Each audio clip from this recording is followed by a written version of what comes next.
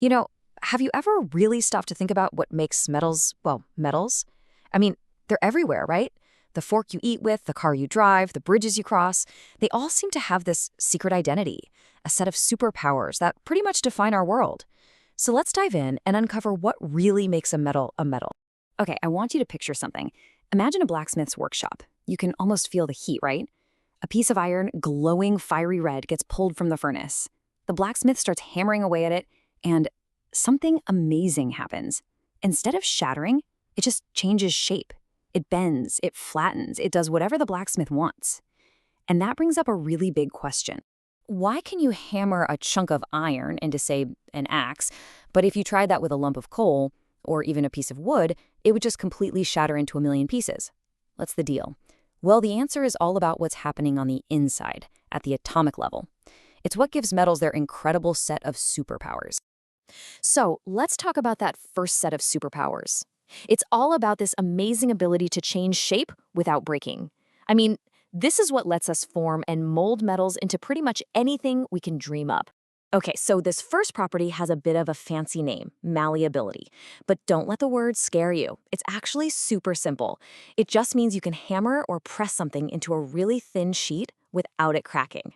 Yeah, think of it as the power to be flattened. Kind of like dough, but way more permanent. And you see this superpower everywhere. You really do.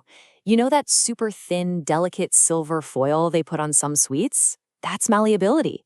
The aluminum foil you wrap your leftovers in? Yep, that's malleability too. And get this, gold and silver are the absolute champions of malleability. They can be hammered down to be unbelievably thin. All right, so we know metals can be flattened. That's cool. But that's only half the story when it comes to their shape-shifting tricks. What happens if, instead of squishing them, we pull them? And that question brings us to their next superpower, ductility. This is the incredible ability of metals to be stretched and pulled out into long, thin wires. But why? Why can they do this? It all comes down to their atoms. So try to picture this. The metal atoms are like a bunch of marbles, okay? But they're not just stuck together rigidly. They're sitting in this shared sea of electrons that flows all around them. This electron sea acts like a super flexible glue. It lets the atoms slide past one another and rearrange themselves without the whole thing just snapping apart. It's this one simple idea, this sea of electrons, that explains both malleability and ductility. And honestly, it's one of the most important principles for our entire modern world. Just think about it for a second. The copper wires carrying electricity through your house, the delicate gold chains people wear, the strings on a guitar that make music, even the massive, mind-bogglingly strong steel cables that hold up giant suspension bridges. Every single one of those things exists because of ductility. Now, to really wrap your head around just how extreme this property can be, let's take gold as an example. Let's say you have just 1 tiny gram of it. That's nothing, right? It weighs less than a paperclip. Well, you could stretch that 1 little gram into a wire that is 2 kilometers long. No, I'm not kidding. 2 kilometers. From a speck of gold. That is just an absolutely insane level of ductility. Okay, so metals can change shape. Awesome. But their superpowers don't stop there. Not even close.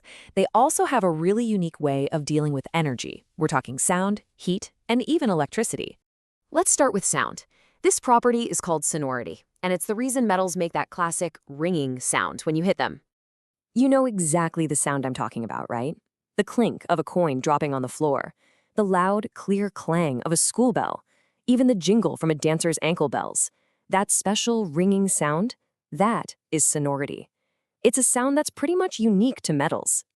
All right, next up, heat. Metals are amazing at moving heat around. This property is called conduction, and I guarantee you've experienced this firsthand, probably without even thinking about it. You can actually see this with a super simple test. Just imagine this. You fill a glass with hot water. Then you stick 2 spoons in it. One is your standard metal spoon, and the other is a wooden one. You just let them sit there for a few minutes, then you carefully touch the very top of each spoon. What do you think you're going to feel? Well, the result is pretty obvious, right? The metal spoon gets hot all the way to the top, but the wooden spoon, it stays cool. That's because the metal is a great conductor. It's like a highway for heat, letting it travel right up the handle. And this is exactly why cooking pots are made of metal, to get the heat to the food, but the handles are made of wood or plastic to protect your hands. And here's the really cool part. This superpower of conduction isn't just for heat. It works for electricity, too. Hey, remember that sea of electrons we talked about earlier? Well, we're back to it. That's the exact same reason metals are such great electrical conductors. See, electricity is basically just the flow of electrons. And in metals, those electrons have a wide-open superhighway to zoom along. It's why all our electrical wires are metal, but an electrician's screwdriver has a big plastic handle to keep that electrical highway safely contained where it belongs. But you know, metals aren't totally invincible. Like every superhero, they have a weakness, a kryptonite, if you will. And for one of our most important metals, iron, that weakness is its never-ending fight against the elements. We all know this weakness by its common name, rust. It's that flaky, reddish-brown stuff you see on old cars or gates. And the most important thing to remember about rust is that it needs two things to happen. It needs both air and water. You take one of those away, and you don't get rust. You gotta have both. So for centuries, we've been fighting rust with stuff like paint and special coatings. But what if I told you that long, long ago, ancient metalworkers in India built something out of iron that seems to have, well, won the battle against time itself? This is a genuine, real-world mystery that has had scientists scratching their heads for years. Just try to imagine it. A huge pillar of iron standing outside, exposed to rain and sun and wind for over 1,000 years, and it just doesn't rust? What I'm talking about is the famous Iron Pillar of Delhi. It was forged more than 1,600 years ago, and for all that time, it has stood through scorching heat, crazy monsoons, and modern pollution, and it is barely any rust on it.